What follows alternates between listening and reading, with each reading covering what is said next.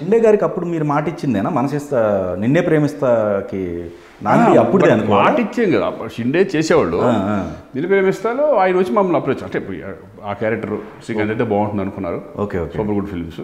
నేను నాగార్జున గారు ఒక క్యారెక్టర్, ఓకే ఒక హీరో, నేను ఒక హీరో. అది బ్యూటిఫుల్ ఫిల్మ్ అది. ఓకే నిన్నే ప్రేమిస్తాను. వాళ్ళు వచ్చి అడగడం, షిండే గారి డైరెక్షన్ ఇది అనడం అట్లా అట్లా అయింది. కానీ మీ కెరీర్లో మొత్తంలో కృష్ణారెడ్డి గారు, ఈవీవి గారు, తర్వాత రాఘవేంద్రరావు గారు, ఇట్లా కొంతమంది డైరెక్టర్స్ ప్రధాన పాత్ర చెప్పుకోవచ్చు మీ విక్టరీ కెరీర్ చూసుకుంటే ఈ డైరెక్టర్లకు సంబంధించి. అట్లా ఇంకెవరు ఉండొచ్చు మొత్తం? ఇప్పుడు కోటరామకృష్ణ గారు, అలాగే ఈవి గారు, కృష్ణారెడ్డి గారు అందరూ తెలిసిందే. అవునవును. ఎందుకంటే ఒక్కొక్క 10 ఫిలిం చేశాను ఒక్కొక్కళ్ళ దగ్గర. అంటే నా కెరీర్ నాకే తెలియకుండా వాళ్ళే తీసుకెళ్ళిపోయారు ఒక రకంగా. మీ ప్లానింగ్ ఏమి? నా ప్లానింగ్ ఏం లేదు. అంటే ఈ సినిమా అవగానే ఇంకొక సినిమా వాళ్ళే వచ్చేసేసి కానీ నాకు డేట్లు కావాలి, నెక్స్ట్ మన డేట్లు అన్నారు. ఓకే సార్ అనేవాడిని. ఇది అయ్యేలా మళ్ళీ కృష్ణారెడ్డి గారు వచ్చాడు, నెక్స్ట్ మళ్ళీ నాకు కావాలని. అట్లా కంటిన్యూస్గా చేసుకుంటా వెళ్ళిపోయాం. అలాగే కోటరామకృష్ణ గారి మధ్యలో రాఘవేంద్ర గారు ఒకే ఫిల్మ్ చేశాను, పెళ్లి సందడి, అది బ్లాక్ బస్టర్. అవును. ఇక దాని తర్వాత ఇంకా రాఘవేంద్ర గారు ఎందుకు చేయలేకపోయామంటే ఆయన అడిగా ఏంటంటే ఇంత హిట్ అయింది, జనరల్గా కాంబినేషన్స్ మళ్ళీ రిపీట్ అవుతూ ఉంటాయి. ఎగ్జాక్ట్లీ అడిగితే ఇంకా దీనికంటే మంచి కథ కావాలి నాకు, ఎక్కడ నువ్వు సంపాదించి పెట్టి నేను చేస్తానంటాడు. సర్లేండి అట్టయితే అది జరిగే పని కాదు అనుకున్నాం. ఇంకా అలా అయిపోయింది అది. Okay okay. సో వాళ్ళు మాత్రం ఆ డైరెక్టర్స్ మాత్రం నా కెరీర్కి బాగా హెల్ప్. ఫ్యామిలీ డ్రామాకి సంబంధించిన దాంట్లో మీ మార్క్ హీరోగా దాన్ని నిలబెట్టుకున్నారు. కానీ తర్వాత చేంజ్ ఓవరు అంటే కథల్లో కొన్ని సందర్భాల్లో ఈ సినిమాలు కాకుండా వేరియేషన్ తీసుకోవాలి అన్న థాట్ మీకు ఎక్కడ కలంటే నీకు ఆటోమేటిక్గా నాతో అది ఫ్యామిలీ సబ్జెక్ట్స్ మెల్లగా డౌన్ అవ్వకుండా వచ్చేసినాయి. ఎప్పుడైతే టీవీలు డామినేట్ బోర్డు ఇవన్నీ వచ్చేసినాయో ఫ్యామిలీ మూవీస్ అనేది నేనే చాలా తర్వాత ఫ్యామిలీ మూవీస్ నేను దూరం అయ్యాను. ఎందుకంటే డైరెక్టర్స్ లేరు. యూవి గారు, కృష్ణారెడ్డి గారు ఫ్యామిలీ మూవీస్ ఎక్కువ చేసేవాళ్ళు. ఇప్పుడు ఫ్యామిలీ మూవీ చేసే డైరెక్టర్ లేరు ప్రస్తుతానికి అయితే కనుక ఎక్కువ. ఇప్పుడు అనిల్ రావుపూడి గారు వాళ్ళు ఏంటంటే ఒక ఎంటర్టైన్మెంట్ చక్కగా కొంతమంది ఆ ఫ్యామిలీ మీద ఇది చేస్తున్నారు. రిచ్నెస్ పెరిగిపోయింది ఇప్పుడు. ఇప్పుడు ఏంటంటే రాను ఆ ఫ్యామిలీ నుంచి బయటకు వెళ్ళిపోయి కమర్షియల్గానో లేకపోతే ఒక యూత్ ఫుల్ ఫిల్మ్స్ అలా టర్న్ అయిపోయింది. కానీ పూరి జగన్నాథ్ గారు మీ ప్రీవియస్ అంటే ఆ ఇన్స్టిట్యూట్లో ఉన్నప్పటి నుంచి మీకు మంచి స్నేహితులుగా ఉన్నారు అప్పటి నుంచి కదా. కానీ ఎప్పుడు ప్లానింగ్ జరగలేదా సినిమాకి సంబంధించి? ఒకటి జరిగింది. అడ్వాన్స్ దగ్గర ఉంది ఒకటి కొంత అడ్వాన్స్ కూడా ఇచ్చారు. ఇచ్చిన తర్వాత శ్రీకాంత్ చేద్దాం ఇది మనం అది ఇది అన్నారు. దాని తర్వాత ఓకే ఇంకేముంటుంది హ్యాపీ నేను చేద్దామని చెప్పి అడ్వాన్స్ ఇచ్చారు, అంతా ఇచ్చారు. యాక్చువల్గా అతను వాళ్ళ బ్యానర్ పూరి బ్యానర్లో వైష్ణవ్ అకాడమీలో చేద్దామని చెప్పేసి అంతా ఇది అయిపోయింది. అలాగే తర్వాత అనుకోని కారణాల వల్ల అది లేట్ అయిపోవడం, తర్వాత పోకిరి హిట్ అయిపోవడం, ఆయన విరిగిపోవడం. ఇక దాని తర్వాత ఇంకా ఆయన సినిమాలు ఆయన అట్లా వెళ్ళేవాడు.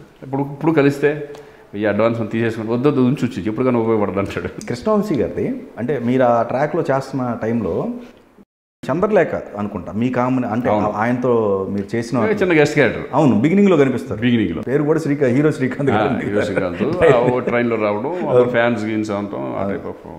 కానీ ప్రీవియస్ ఆ టైంలో అంటే అప్పుడు కూడా కొన్ని వార్తలు వచ్చాయి. అంటే అప్పటికే మీరు కాంబినేషన్లో ఏదో చేయాలని చెప్పేసి ప్రాజెక్టు మహాత్మ కాకుండా నేను ప్రీవియస్ చెప్పేది ఏమనుకోలే ఖడ్గం మామూలుగా ఎప్పుడు కలుస్తూ ఉంటాడు.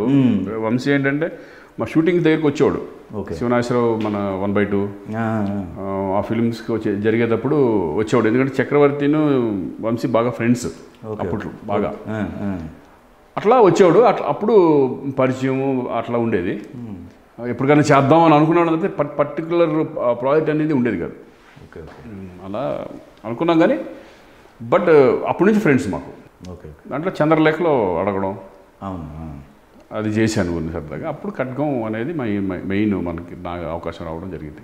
అది నాకు ఒక రకంగా ఫ్యామిలీ నుంచి ఒక పక్కన పడేసిన సినిమా. అది ఒక కరెక్ట్ ఫ్యామిలీ నుంచి ఎమోషన్స్ కూడా శ్రీకాంత్ చేయగలడు అనేది ఆ ఖడ్గం అనేది నా కెరియర్కి అంటే ఇప్పటికీ నేను చూసుకుంటే నాకు చాలా బాగుంటుంది. అది బయట చాలామంది ఇప్పటికీ అడుగుతుంటారు ఖడ్గం లాంటి ఫిల్మ్ చేయండి, ఖడ్గం లాంటి ఫిల్మ్ చేయండి.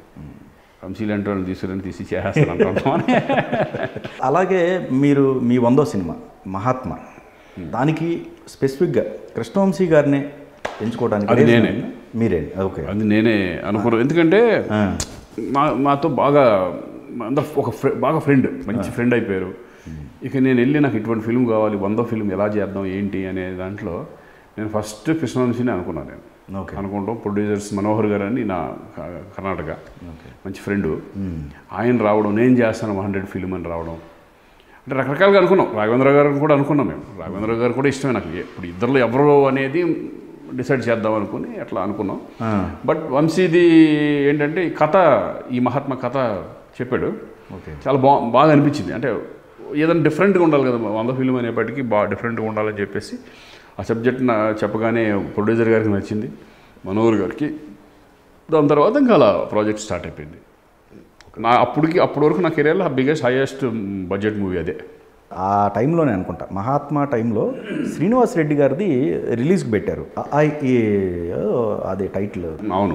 ఆ బిజినెస్ టైంలో కొంచెం అది మీ దాకా వచ్చిందా? అంటే కొంచెం అది డిస్ట్రిబ్యూషన్ ఇబ్బంది పడ్డారని, తర్వాత ఆ సినిమా ఆ టైంకి అంటే మహాత్మా ఇంపాక్ట్ తోటి వాళ్ళు కొన్నారనో ఏదో వచ్చినాయి అప్పుడు వార్తలకు సంబంధించి. బడ్జెట్ ఎక్కువైతే ఒకసారి ప్రాబ్లమ్స్ వస్తాయి.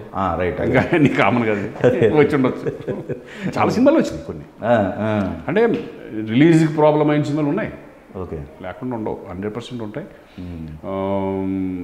అంటే బడ్జెట్ కొంచెం ఎక్కువ అయ్యి కరెక్ట్ టైంలో, లేకపోతే అంత ముందు 2 సినిమాలు పోయో, ఆ పోవడం వలన ఈ ఇంపాక్ట్ ఈ ఇళ్ళ మీద పడడం, ఓకే, అలా జరుగుతూ ఉంటాయి. అది ఎక్కడన్నా కామన్, అది అందరికీ కామన్. అది సినిమా రిలీజ్ అయ్యి హిట్ కొడితే అన్నీ సెట్ అయిపోతాయి. అయిపోతాయి. రిలీజ్ అయ్యి సినిమా తేడా వచ్చిందంటే ప్రొడ్యూసర్ తేడా వచ్చేస్తుంది.